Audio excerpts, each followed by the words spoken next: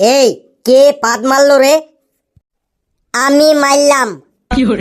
কেন তুই ক্লাসের মধ্যে পাদ মারলি কেন? পাদ আসলে কি করব? ওইটুকু কি আটকে রাখা যায়? তাই বলে তুই ক্লাসের মধ্যে পাদ মারবি? তোর কি কোনো লজ্জা শরম নেই?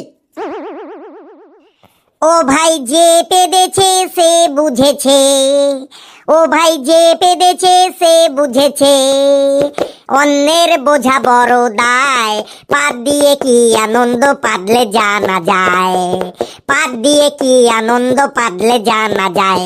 ও ভাই যে পেদেছে সে বুঝেছে, ও ভাই যে পেদেছে সে বুঝেছে, অন্যের বোঝা বড় দায়, পাদ দিয়ে কি আনন্দ পাদলে জানা যায়, পাদ দিয়ে কি আনন্দ পাদলে জানা যায়। আর কারো যদি পাদ আসে লজ্জা কেন পাও, লজ্জা ভয় ত্যাগ করে পাত্র দিয়ে দাও, ও ভাই পাত্র দিয়ে দাও। আর কারো যদি পাদ আসে লজ্জা কেন পাও, লজ্জা ভয় ত্যাগ করে পাত্র দিয়ে দাও।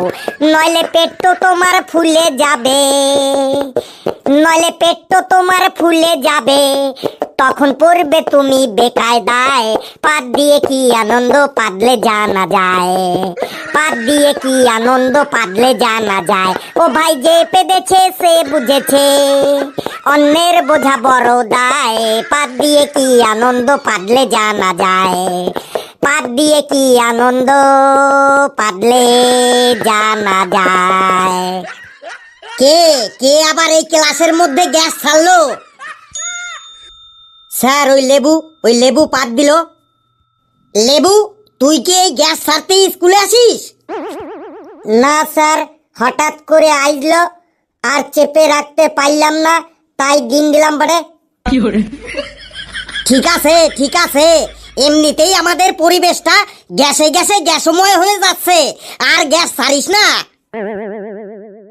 এই তোরা চুপচাপ বস, আজ তোদের আমি এনভায়রনমেন্ট সায়েন্সের ক্লাস নেব। স্যার সেইটা আবার কি বড়ে?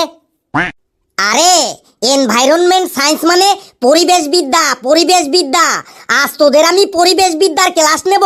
দেখি পরিবেশ সম্পর্কে তোদের কার কেমন জ্ঞান আছে।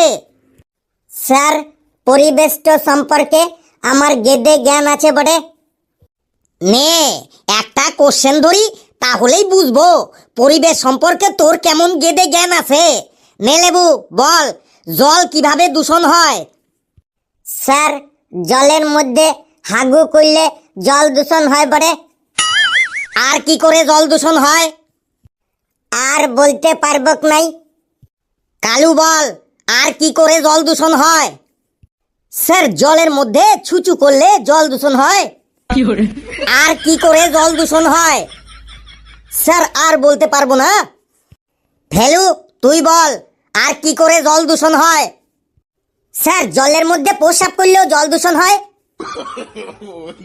এই তোরা কি পায়খানা প্রস্রাব ছাড়া আর কিছুই বুঝিস না?